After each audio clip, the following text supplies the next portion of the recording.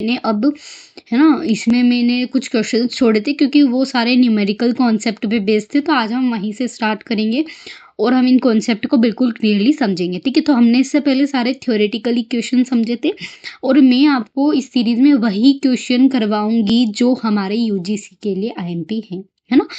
विस टाइप के क्वेश्चन आ सकते हैं, कॉन्सेप्ट आ सकते हैं, तो डोंट मिस दिस सीरीज। मैंने बहुत सारे पेपर सॉल्व किए हैं, सो आई कैन अंडरस्टैंड कि किस टाइप के क्वेश्चन पूछे जा सकते हैं ना। तो बने रहिए आप, और आपको ट्रिक्स भी बताऊंगी कैसे आपको याद करना है। ठीक है, सो लेट्स स्टार्ट। सबसे पहले हम 11 क्वेश्चन, लास्ट वीडियो में मैंने आपको 10 क्वेश्चन समझाया था जिसके अंदर हमने ये वाला सॉल्व किया था पूरा। ठीक है, तो इसका आंसर आया था 12, हमने 36 डिवाइड बाय 3 किया था, है ना, याद होगा आपको। नाउ उसके बाद आप ये यहाँ से स्टार्ट करें, यहाँ से बिल्कुल न्यू कॉन्सेप्ट हम पढ़ेंगे विच इज कि सबसे पहले आपको देखो, आपको गेन चार्ट गिवन है ना, ये गेन चार्ट होता है। ठीक है, आपको मतलब गेन चार्ट नहीं, आपको ये प्रोसेस गिवन है, मतलब आपको ये दे रखा है, यहाँ पर हमको दे रखा है कि अराइवल टाइम कितना है, 0 से स्टार्ट हो रहा है। ठीक है, और क्या दे रखा है, ये हमको एल्गोरिदम का नाम दे रखा है which is shortest job first. ठीक है, अब शॉर्टेस्ट जॉब फर्स्ट जो होती है वो प्रिमिटिव शेड्यूलिंग होती है। प्रिमिटिव मतलब हम फोर्सफुली छुड़ा सकते हैं, और आपको दो प्रोसेस के साथ निकालना है which is shortest job first और राउंड रॉबिन। ठीक है, और इन दोनों का आपको निकालना है ना, इन दोनों के लिए आपको एवरेज निकालना है। देखो, if the time quantum of R round robin में, जब भी आप राउंड रॉबिन की बात करते हैं तो 4 आपको टाइम क्वांटम गिवन होगा क्वेश्चन में, है ना। तो आपको difference between average turn around time निकालना है, किसके लिए, शॉर्टेस्ट जॉब फर्स्ट के लिए और राउंड रॉबिन के लिए, यानी दोनों को आपको सॉल्व करना है थ्रू दिस चार्ट, है ना। और आपको क्या देना, आपको इन दोनों में डिफरेंस निकालना है, लेकिन इससे पहले आपको टर्न अराउंड टाइम निकालना है ना। तो देखते हैं, समझते हैं कैसे इसका सॉल्यूशन है। देखो, सबसे पहले आपको ये चार्ट दे रखा है, तो आप अराइवल टाइम इसने दे रखा है 0 और बस टाइम दे रखा है ये, तो हम इस टाइप से कुछ बना लेंगे। देखो, आपको 8724 है ना, और यहाँ पर हमने देखा तो 8724 ये बस टाइम है ना। तो क्लियर है। अब हम गेन चार्ट कैसे बनाएंगे मैं आपको सिखाती हूँ। सबसे पहले हम शॉर्टेज जॉब फर्स्ट की बात करते हैं, तो शॉर्टेज जॉब फर्स्ट हमेशा क्या देखती है, बर्स्ट टाइम देखती है, जिसका अगर वो पहले अराइवल टाइम देखेगी, लेकिन अराइवल टाइम सब में 0 है तो ये हमारे लिए बेनिफिट है। तो सबसे पहले हमारे पास शॉर्टेस्ट कौन है ना, तो आपको बर्स्ट टाइम सबसे छोटा दिख रहा है 2, तो इसको 2 तक चलाएंगे। क्लियर है, 2 तक चला दिया, तो यहाँ पर अगर मैं बात करूँ 2 तक चला है तो यहाँ पर कितना रह गया, यहाँ पर रह गया 0, है ना। यहाँ पर ये खत्म हो गया, यानी कि प्रोसेस नहीं पड़ गई पूरी। ठीक है, तो यहाँ पर 2 तक चल गया। अब हम बात करते हैं नेक्स्ट हमारी इन चारों में से कौन सी, तो सबसे छोटी प्रोसेस 4 है ना। तो आप छोटे जॉब में कितने तक चलाओगे, पूरा 4 तक। क्यों, क्योंकि हम पूरे तक चला सकते हैं, है ना। अगर आप 4 तक ना भी चलाना चाहो तो आप 2 तक भी चला सकते हो। तो आप, क्योंकि अगर आप 4 तक भी चलाओगे तो भी आपको 6 अराइव होगा, है ना, और आपको 7, फिर आपको 7 तो आपको यहाँ मिल रहा है ना। तो इसीलिए आप क्या कर सकते हो, आपको अगर आप कुछ भी कर लो, आप मान लो कि अगर मान लो लुक मैंने यहाँ पर 2 तक चला दिया इसको, आप अगर आप बोलते हो कि 2 तक चलाओ तो 2 तक चला दिया, तो फिर मेरे यहाँ पे क्या प्रोसेस बन जाएगी कि मैंने गेन चार्ट बना दिया, है ना। यहाँ पर पहले से मेरे पास 0 थी, 0 है ना, यहाँ पे 2 हो गया, है ना, और फिर मैंने यहाँ पे P4 लिख के 4 लिख दिया। ठीक है, फिर भी मुझे इन तीनों में, इन दोनों में से यही छोटा मिलेगा, तो मुझे फिर से इसको चलाना पड़ेगा। तो फिर से अगर मैं इसको 2 चलाऊंगी तो फिर 6 आएगा, तो फिर मैं ये वाली चीज ये चीज करूँ ही क्यों, ये वाला तो करने का सेंस ही नहीं बनता, है ना। स्विच करना ही नहीं अपन को, क्योंकि अगर एक ही बार में प्रोसेस छोटी ही वही है, और अगर मान लो कि मैं यहाँ पर 2 तक चलाने के बाद मुझे ये कोई और छोटा मिलता है, तो फिर मैं उसको फर्दर यूज करती। ठीक, इसीलिए हमने इसको डायरेक्टली पूरा चला दिया। क्लियर है, समझ में आ गया। तो ये कॉन्सेप्ट आपको याद होना चाहिए। तो हम क्या करेंगे, यहाँ पर सिंपली इसको पूरा चलाएंगे, इसको हम, है ना, 4 तक कंप्लीटली चला देंगे। तो ये 4 तक कंप्लीट चल जाएगा, तो ये क्या हो जाएगा, 0, है ना, ये भी 0 हो गया, तो हम इसको हटा देंगे। क्लियर है, ये कंप्लीट हो गई। अब हम चलाएंगे P2 को। क्यों P2 को क्यों चला रहे, क्योंकि 7 और 8 में से बड़ा कौन है, छोटा कौन है, 7। ठीक है, 6 और 7 कितना हो जाएगा, 13, प्लस करोगे आप, ऐड करते जाओगे ना, तो 13 हो गया। ठीक है, और अब 13 के बाद आप, जब आपके पास लास्ट बची, क्योंकि आपने इसको भी कंप्लीटली चला दिया, और जब आप P1 को चलाओगे तो 8, तो आप 13 में 8 प्लस करोगे तो आपका आंसर आएगा 21। ठीक है, तो गेन चार्ट समझ में आ गया। एक बार और समझा देती हूँ, ठीक है, आपको अच्छे से समझ में आ जाएगा। सबसे फर्स्ट अगर शॉर्टेज जॉब फर्स्ट की बात करती हूँ मैं, तो शॉर्टेस्ट ऑफ फर्स्ट को आपको कैसे करना है, तो देखो आपको ये चीज़ तो समझ में आ गई है, तो हमको की बने गैन चार्ट हम कैसे बनाएंगे शॉर्टेस्ट ऑफ फर्स्ट का, तो 0 से स्टार्ट कर रहे हैं, है ना, 2 तक क्यों स्टार्ट कर रहे हैं, सबसे इन सब में से सबसे छोटी प्रोसेस है P3, है ना, तो P3 को लेंगे हम, तो P3 को लिया, P3 लिखा, है ना, कहाँ तक कि 0 से 2 तक, यानी कि 0 में अगर 2 प्लस करोगे तो कितना आएगा 2 आएगा, ठीक है। तो ये वाली प्रोसेस कंप्लीट हो गई, इसको रिमूव कर दो ना। अब मैं बात करती हूँ सब में से, तो नेक्स्ट प्रोसेस सबसे छोटी कौन सी है 4 है ना, तो हम 4 तक चलाएंगे, यानी 2 में हम कितना ऐड करेंगे, इस वाले में ऐड करना है हमेशा, तो 2 में हम 4 ऐड करेंगे तो कितना आ जाएगा 6, है ना, तो नेक्स्ट हमारा 6 आएगा, जो कि हम हमारी P4 प्रोसेस थी, ठीक है। इस बॉक्स के अंदर हमको प्रोसेसेस लिखनी है और इन लाइनों के बीच में हमको क्या लिखना है, नंबर, है ना, मतलब उसका बर्स्ट टाइम। नाउ अगर मैं बात करूँ P2 की, तो P2 कितना चलेगा 7, तो P2 लिख दिया और 7 यहाँ पर ऐड कर दिया, तो कितना आ गया 13, ठीक है। और नाउ लास्ट हमारा P1 जो हमारा 8 है और हमने 8 ऐड करा तो 21, क्लियर है, गैन चार्ट बन गया। अब हम टर्न अराउंड टाइम निकालते हैं, तो टर्न अराउंड टाइम का फॉर्मूला होता है completion time minus arrival time. तो मैं आपको यहाँ पे एक चार्ट बना के दिखा देती हूँ, इसके आगे हम कंप्लीशन टाइम बना लेते हैं, ठीक है। तो आपको ये 2 तो ये 3 तो सब में बनेंगे मोस्टली, अगर मैं इसके अंदर आगे बनाती हूँ, ठीक है, तो यहाँ पर हम लिखते हैं कंप्लीशन टाइम, है ना, और फिर मैं यहाँ पे लिख देती हूँ टर्न अराउंड टाइम, ठीक है, ये आप समझ जाना TAT, ठीक है। और यहाँ पर हम इसको भी,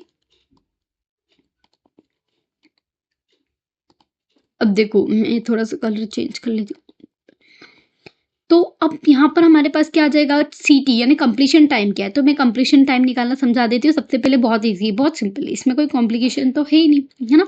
तो टर्न अराउंड टाइम CT कैसे निकालेंगे, यानी कंप्लीशन टाइम, तो P1 सबसे पहले P1 ढूंढ लो, क्यों, क्योंकि आपके पहले नंबर पे प्रोसेस कौन है P1 है, तो P1 कितने पे कंप्लीट हुई थी 21 पे, तो लिख दो 21, ठीक है। नेक्स्ट है P2 कितने पे कंप्लीट हुई थी 13 पे, ठीक है, 30 आपको देख के लिखना है, ऐसा नहीं है कि आप यहाँ से लिखना स्टार्ट कर दो, तो ये गलत हो जाएगा पूरा। P3 कहाँ पर कंप्लीट हुई थी 2 पे कंप्लीट हुई थी, लिख दो बाई 2, है ना, ये 2। और लास्ट है P4 कहाँ कंप्लीट हुई थी, P4 हुई थी 6 पे, तो लिख दो 6, क्लियर है। यहाँ तक कोई डाउट किसी को नहीं, है ना। आपको अगर कोई भी प्रॉब्लम हो, कुछ भी हो, तो आप पूछ लीजिए कमेंट्स में। यहाँ तक समझ में आ गया। अब हम टर्न अराउंड टाइम निकालते हैं, तो मैं आपको टर्न अराउंड टाइम निकालने का फॉर्मूला बताती हूँ। देखो जैसे कि आप एक चीज याद रखो, देखो ए निकाला यानी अराइवल टाइम, है ना, ए लिखना, सबसे पहले अराइवल टाइम की कॉलम बनेगा, फिर बर्स्ट टाइम यानी A, B और C, ठीक है। तो आपको ये तीनों तो याद रह जाएंगे कि ABC यानी पहले अराइवल टाइम, फिर बर्स्ट टाइम और फिर कंप्लीशन टाइम। देखो आप मेरी ट्रिक से याद करोगे ना, तो आपको कभी भी इसमें कोई प्रॉब्लम नहीं होगी, है। तो हमको सेम हर बार इसी टाइप का कॉलम बनाना है, चाहे हम उसका यूज करें ना करें, ठीक है।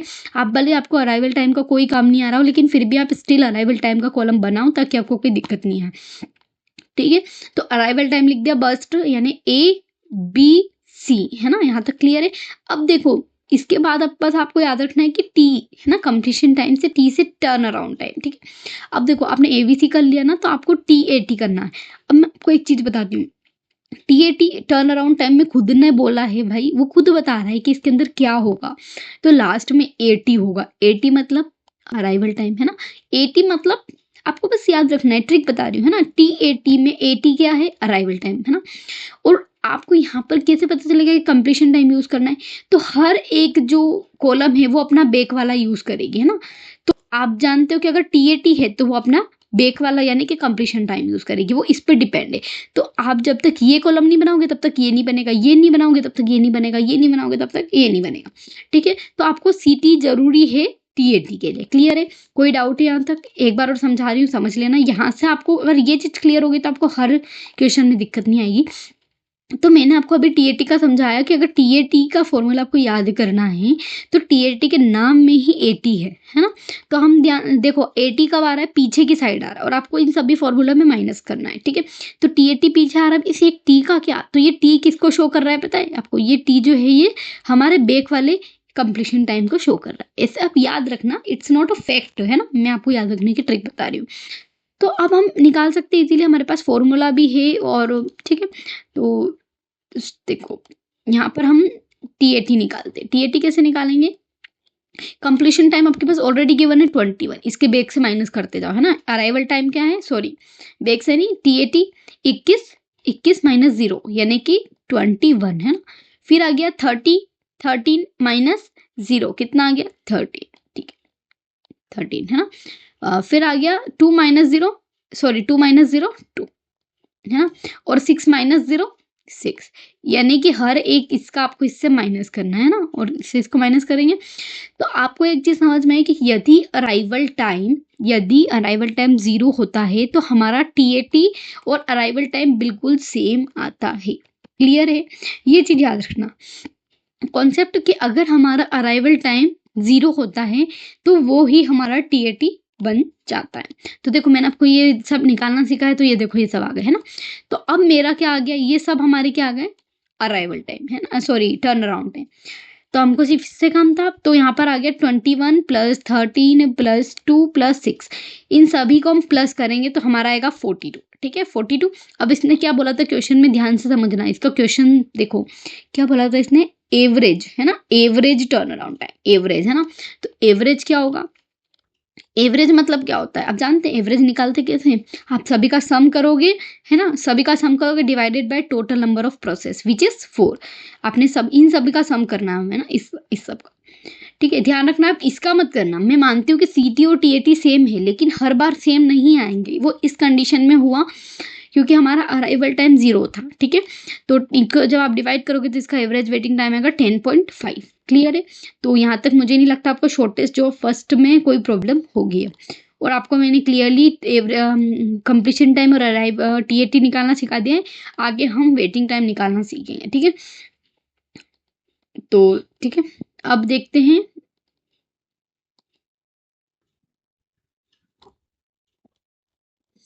ठीक है। तो यहाँ पर हमने एवरेज टर्न अराउंड टाइम निकाल लिया, अब हम राउंड रॉबिन के लिए करते हैं। तो राउंड रॉबिन का फंडा क्या बोलता है आपको पता है, जब हम बात करते हैं इसकी, तो यहाँ पर जैसे कि अगर रेडी क्यू है, मैं तो आपको इसको सिंपली बताऊंगी कि आपको इसको है ना हर एक प्रोसेस को 2 करके चलाना है, जैसे कि और शुरुआत कहाँ से करोगे P1 से। तो इसको हम थोड़ा सा पे कर लेते हैं, ठीक है। देखो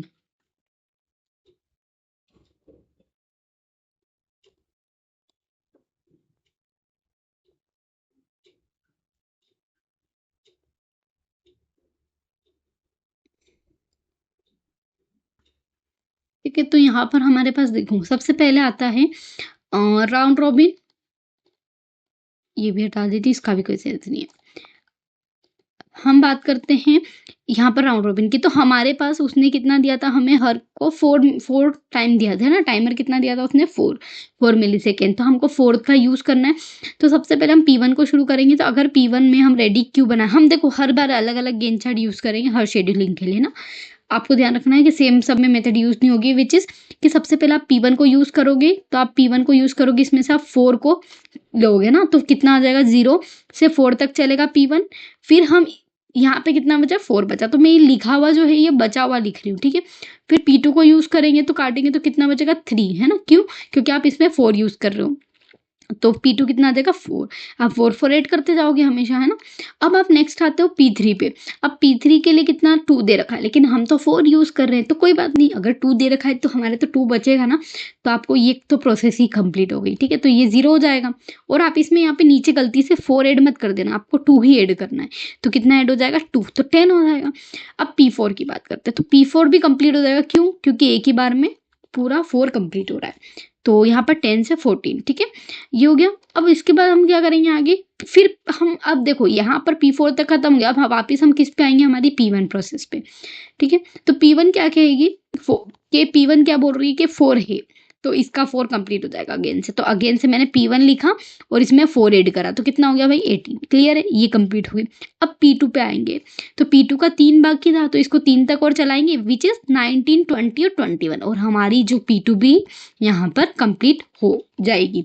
यहाँ पे आपको देखो रेडी क्यू बनता है, रेडी क्यू बनाने की जरूरत नहीं वैसे तो, पर मैं आपको रेडी क्यू का कॉन्सेप्ट समझा देती हूँ। जैसे कि हमने पहले P1 चलाया, फिर P2, फिर P3 और P4 है ना, तो पहली स्टेप तो आपको समझ में आ गई। इसके बाद आप जानते हैं कि आप जानते हैं कि हमने जब फर्स्ट में P1 चलाया था तो हमारा P2 शेष बचा था कुछ, क्यों बचा था 4, तो हमने इसलिए P1 को रेडी क्यू में डाल दिया था, ठीक है।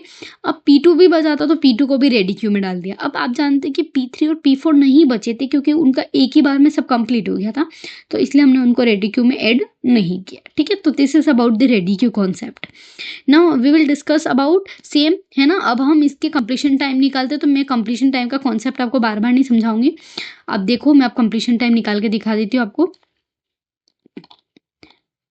इसमें हम इसको हटा देते हैं इन सबको, और मुझे नहीं लगता अब आपको इसमें कोई डाउट होना चाहिए, ठीक है। तो हम यहाँ पे अगर वापस से इसको बनाते हैं, ठीक है, तो ये है हमारा कंप्लीशन टाइप का, और यहाँ पर है हमारा टर्न अराउंड टाइम, ठीक है, क्योंकि इस वाले में हमसे सिर्फ टर्न अराउंड टाइम पूछा है ना।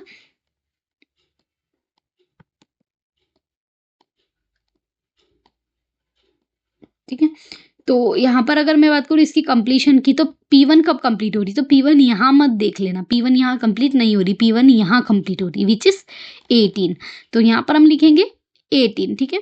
नेक्स्ट आता है हमारे पास P2 का कंप्लीट हो रही है, तो देखो P2 यहाँ पर भी है, लेकिन P2 यहाँ कंप्लीट नहीं हो रही, P2 यहाँ कंप्लीट हो रही, विच इज 21, ठीक है। नाउ नेक्स्ट देखते P3, तो P3 तो एक ही जगह है, हमने देखा था 10 पे ही कंप्लीट हो गई थी, तो 10 लिख देंगे यहाँ पर सिंपली, है ना। और P14 विच इज P4, है ना, तो P14, ठीक है।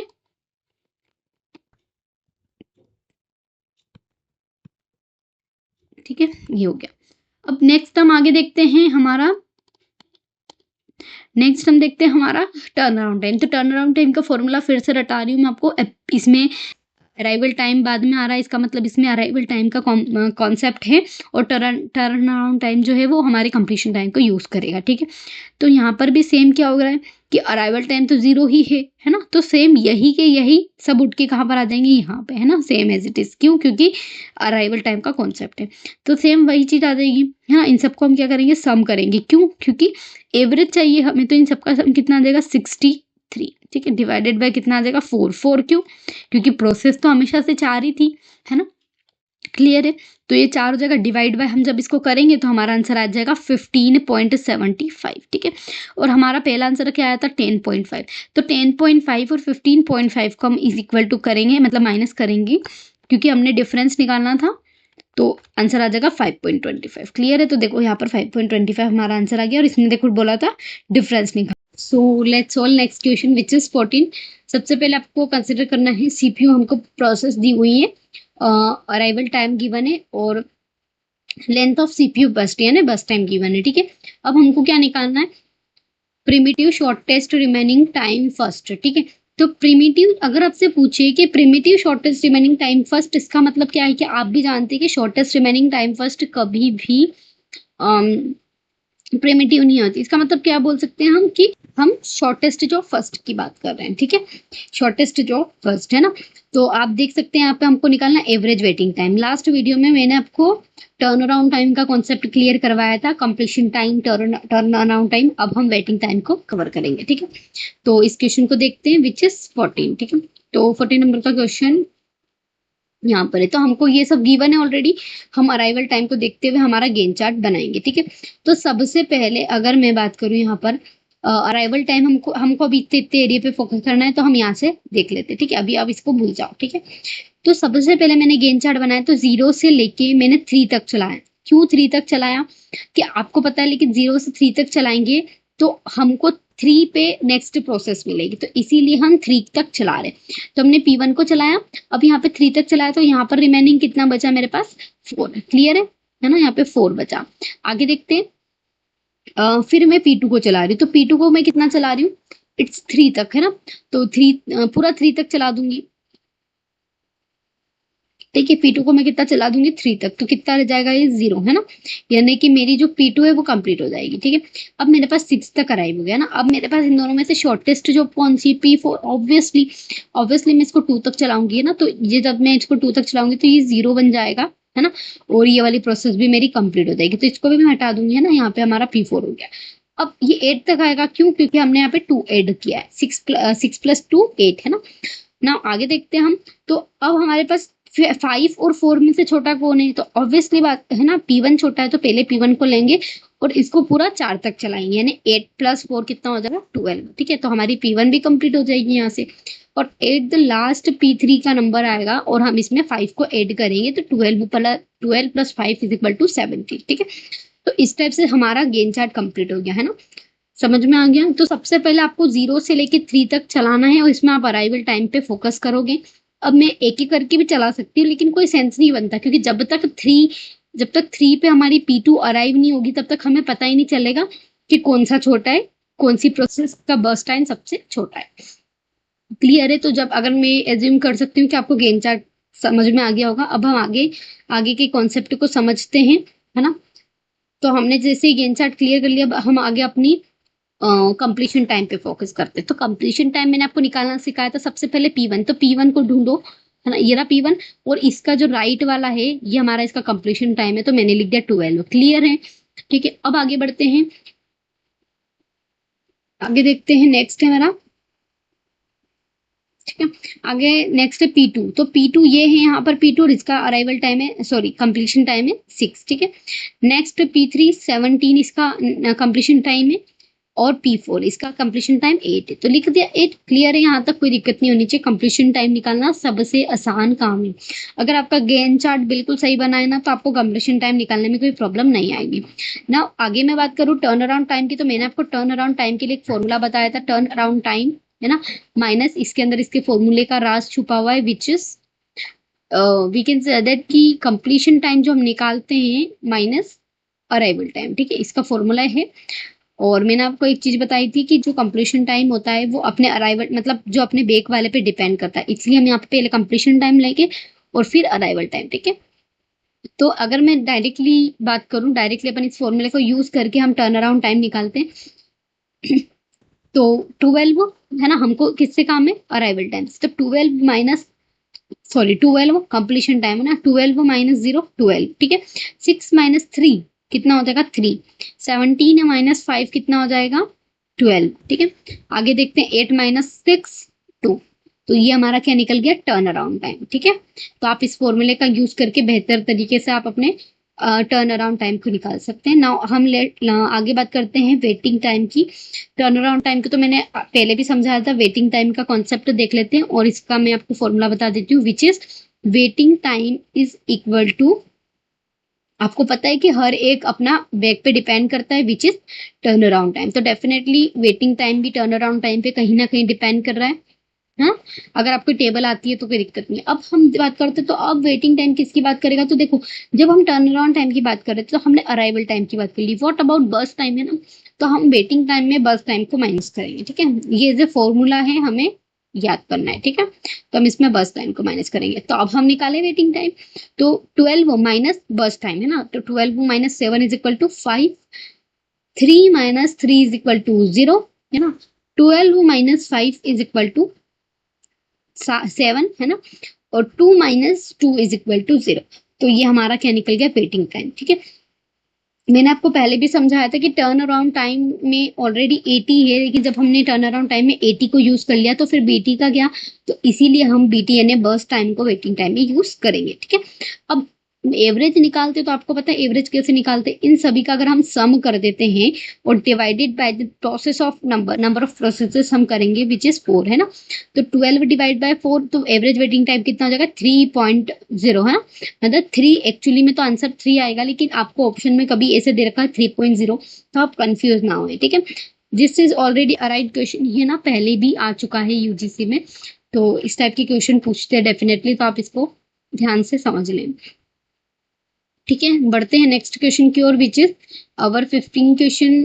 ठीक है, तो 15 क्वेश्चन को समझ लेते हैं। देखो 15 क्वेश्चन में हमको क्या दिया हुआ है कि आपको प्रोसेसेस दी हुई है, अराइवल टाइम दिया हुआ है, बर्स्ट टाइम दिया हुआ है ना, शेड्यूलिंग एल्गोरिथम हमको यूज करनी है, primitive shortest remaining time first. तो इसमें हमको है ना ये वाली एल्गोरिथम यूज करनी है, और आपको क्या निकालना है इसमें, एवरेज टर्न अराउंड टाइम।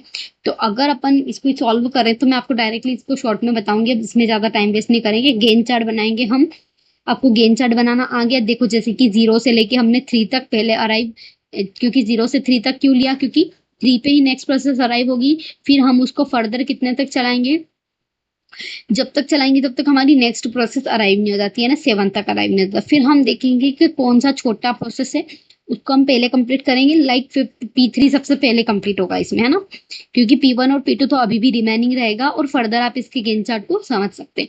कोई भी प्रॉब्लम आती है तो आप मुझे कमेंट में जरूर बताएं, और आप इसको खुद से बनाने की कोशिश करें ताकि आपके डाउट क्लियर होंगे, क्योंकि ये एज इट इज ऊपर वाले कॉन्सेप्ट जैसा ही है, ठीक है। कंप्लीशन टाइम हम निकाल सकते हैं जिस जो राइट हैंड साइड वाला इसका कंप्लीशन टाइम होता है, ठीक है। और टर्न अराउंड टाइम का फॉर्मूला मैं आपको फिर से बता रही हूँ। टर्न अराउंड टाइम का फॉर्मूला बहुत इंपॉर्टेंट है ना। Turn around time minus sorry is equal to completion time minus arrival time, ठीक है। तो हमको डायरेक्टली बस टर्न अराउंड टाइम निकालना है।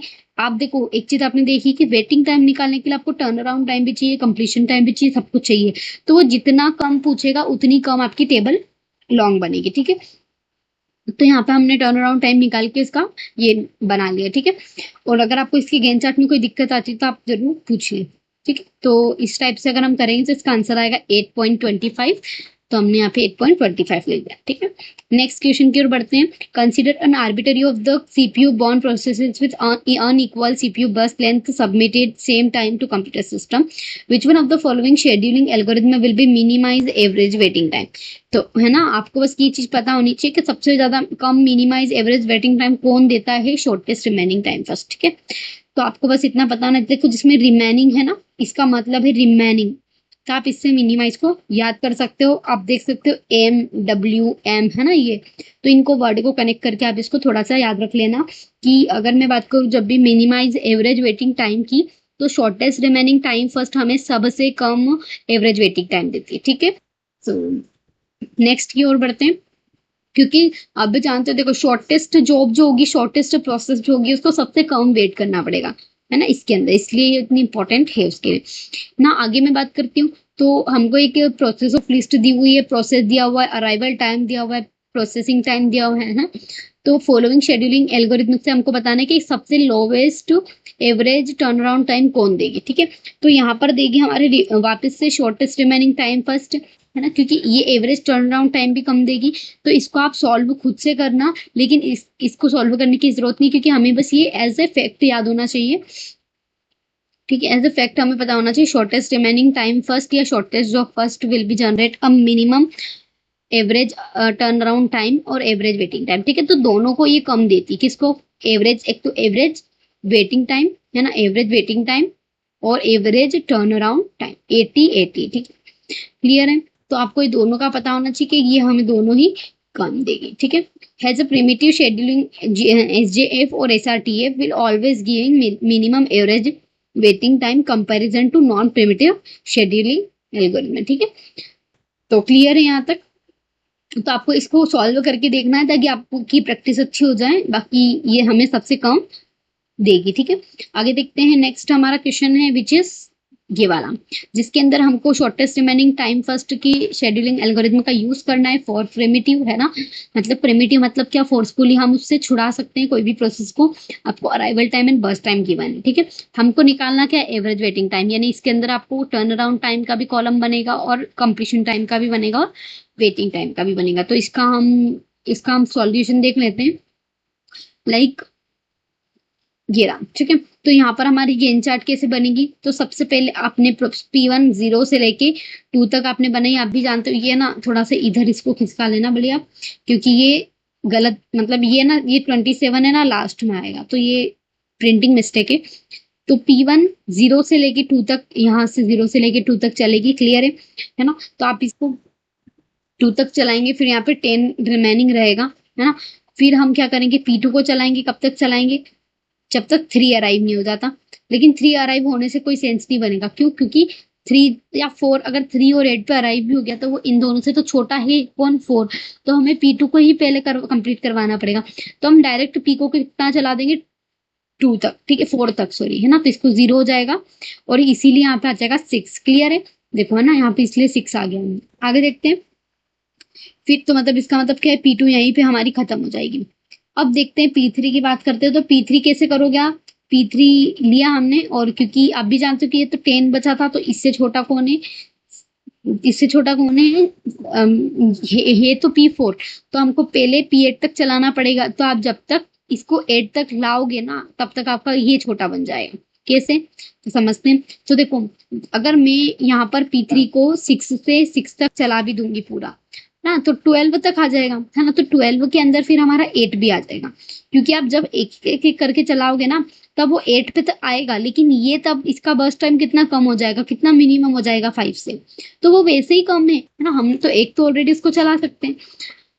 तो इस टाइप से आप जब करेंगे तो 12 आ जाएगा। फिर उसके बाद आप क्या करोगे आगे फर्दर, उसको 8 तक, 8 मतलब 5 तक चलाओगे।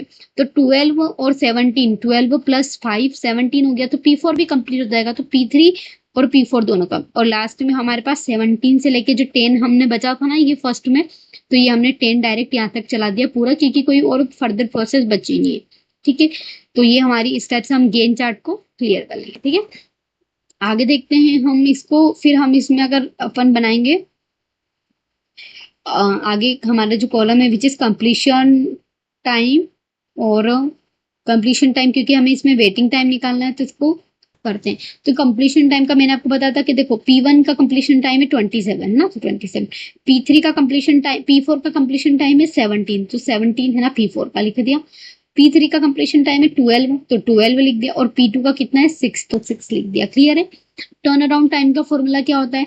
टर्न अराउंड टाइम का फॉर्मूला अब आप मुझे अपने कमेंट में बताएंगे। ठीक है, तो टर्न अराउंड टाइम का फॉर्मूला आप बताओ, और फिर हम इसको टर्न अराउंड टाइम को निकाल लेते हैं, है ना। तो 27 माइनस 0, 4 माइनस 2, 12 माइनस 3 और 17 माइनस 9। क्लियर है? तो हमारा ये ऐसे ऐसे करके आ जाएगा। ठीक है, अब हम वेटिंग टाइम निकालेंगे। हमारा पूरा waiting time turn around time पे डिपेंड करता है, तो अब हम इसके थ्रू इसको निकालेंगे। तो 15, अब वेटिंग टाइम का फॉर्मूला, वेटिंग टाइम और टर्न अराउंड टाइम दोनों का फॉर्मूला आप लिखें तो आपको जल्दी याद होगा। वेटिंग टाइम का फॉर्मूला क्या कहता है? Turn around time minus burst time.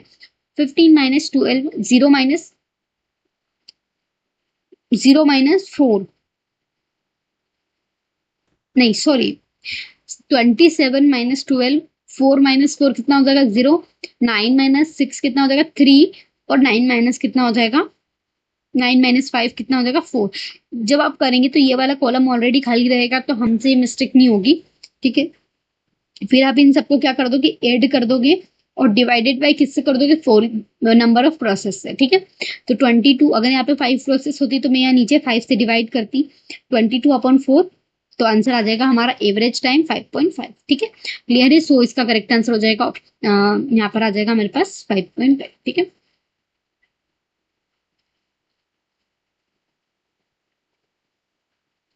कौन सा वाला क्वेश्चन था? 19, इट्स 19। ठीक है, तो 5 पॉइंट, है ना।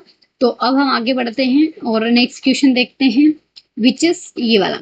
तो यहाँ पर हमको सेट ऑफ प्रोसेस दी हुई है, और यहाँ पर हमको schedule single CPU all the times of milliseconds, है ना। हमको सारी चीजें गिवन है already, process names, arrival time, execution time, और this execution time is also called burst time. Confuse नहीं होना है। ठीक है, आगे देखते हैं shortest remaining time first. Same आपको बता दिया है मैंने, एवरेज वेटिंग टाइम हमको निकालना है, एवरेज टर्न अराउंड टाइम निकालना है।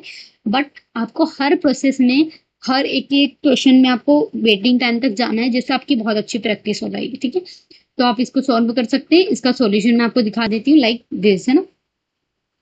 2021 है ना, ये रहा हमारा इसका सॉल्यूशन। इसका करेक्ट आंसर आ जाएगा 7.2। ठीक है, तो आप इसको पॉज करके और फिर समझ सकते हैं। अदरवाइज आप पहले इसको सॉल्व करके देखिए, और फिर अपने आंसर से गेन चार्ट को मैच करें, है ना। फिर आपको समझ में आएगा कि आप कहाँ गलती कर रहे हैं। ठीक है, तो हम नेक्स्ट क्वेश्चन की ओर बढ़ते हैं, विच इज 7.2, है ना। इसका आंसर आ गया।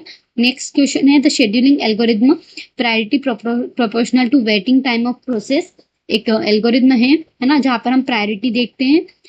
Every process start with priority 0, हर एक प्रोसेस प्रायोरिटी 0 से स्टार्ट होती है। क्लियर है? हम इसका मतलब ये नहीं कह सकते कि वो प्रायोरिटी एल्गोरिथम। आगे समझते हैं। इसमें हम रीवैल्यूट करेंगे the process of priority every T time unit, और आप भी जानते हैं कि टी टाइम यूनिट हम कौन सी शेड्यूलिंग एल्गोरिथम में यूज करते हैं। ठीक है, which decide next process to schedule, ये डिसाइड करता है कि अगली प्रोसेस कब शेड्यूल होगी। ठीक है, तो इनमें से कौन सा ऑपरेशन ट्रू हो जाएगा। आप भी जानते हैं ये एल्गोरिथम सिर्फ एक ही में वर्क करती है, विच इज राउंड रॉबिन। तो राउंड रॉबिन में हम क्या करते हैं, कुछ टाइम क्वांटम यूज करते हैं हर एक प्रोसेस के लिए पर्टिकुलर, लाइक 4 मिली सेकेंड, 2 मिली सेकेंड, और फिर हम उस पर्टिकुलर टाइम के साथ उस प्रोसेस को वर्क करवाएंगे। ठीक है, नेक्स्ट क्वेश्चन की ओर बढ़ते हैं।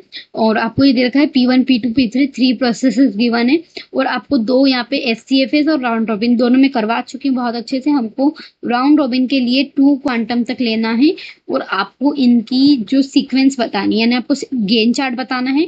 गेन चार्ट बनाने के बाद आपको ये देखना है कि कौन सी प्रोसेस पहले इसका सीक्वेंस क्या बना। ठीक है, तो जैसे कि मैं आपको इसका आंसर दिखा देती हूँ एग्जाम्पल के लिए, विच इज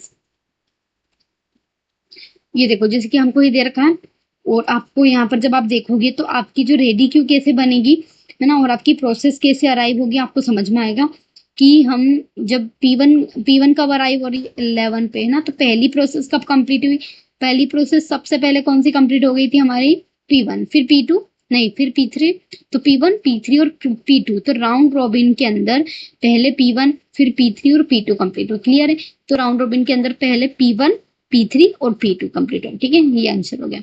और FCFS में आप हमेशा अधिकतर याद रखना कि FCFS में पहले P1 ही कंप्लीट होगी, फिर P2 और फिर P3। ठीक है, मोस्टली ऐसा होता है। ठीक है, और अगर आप देखना चाहें तो आप फर्स्ट कम फर्स्ट सर्व के लिए भी निकाल सकते हैं। नाउ अगर मैं बात करूं नेक्स्ट क्वेश्चन की, विच इज 24 नंबर का क्वेश्चन, आपको ऑलरेडी सब कुछ गिवन है, अराइवल टाइम, बर्स्ट टाइम वगैरह। आपको प्रिमिटिव शॉर्टेस्ट जॉब फर्स्ट के लिए एल्गोरिथम यूज करनी है ना, मैं आपको समझा चुकी इसके बारे में। हमको वेटिंग टाइम निकालना है फॉर द 3 प्रोसेसेस, है ना, इन तीनों प्रोसेस का वेटिंग टाइम निकालना है। तो इसका जो सॉल्यूशन है वो ये है, इज लाइक दिस, है ना, कि आपको गेन चार्ट बनाना है। आपने गेन चार्ट बना लिया, फिर आपको completion time, turn around time, waiting time निकालना है। आप इसको सॉल्व करें, फिर आप अपने सॉल्यूशन से इसको मैच करें। अगर आपका करेक्ट आंसर आता है तो आपकी मेथड, आपको टेक्निक समझ में आ गई, अदरवाइज आप इसको समझें, और अगर कोई डाउट हो तो मुझसे पूछें। ठीक है, तो इसका करेक्ट आंसर क्या हो जाएगा, ऑप्शन नंबर 5। ठीक है, नेक्स्ट बढ़ते हैं हम आगे हमारे अगले क्वेश्चन की ओर, which is this statement of true. हमको दे रखा है, कौन स्टेटमेंट दे रखी है, तो हमको बताना है shortest remaining time first scheduling cause starvation. Yes, this is true, है ना, शॉर्टेस्ट रिमेनिंग टाइम फर्स्ट जो है वो स्टारवेशन कॉज करती है। प्रिमिटिव शेड्यूलिंग में कॉजेज स्टारवेशन डेफिनेटली, है ना, क्योंकि हम उससे फोर्सफुली छुड़वा तो लेते हैं, लेकिन वो क्या करती है, एक जगह इकट्ठी हो जाती है फिर। और round robin is better than FCFS। Yes, क्यों, क्योंकि राउंड, अगर हम फर्स्ट कम फर्स्ट सर्व की बात करते हैं तो उसमें क्या होता है कि जो पहले आया उसको मौका मिला।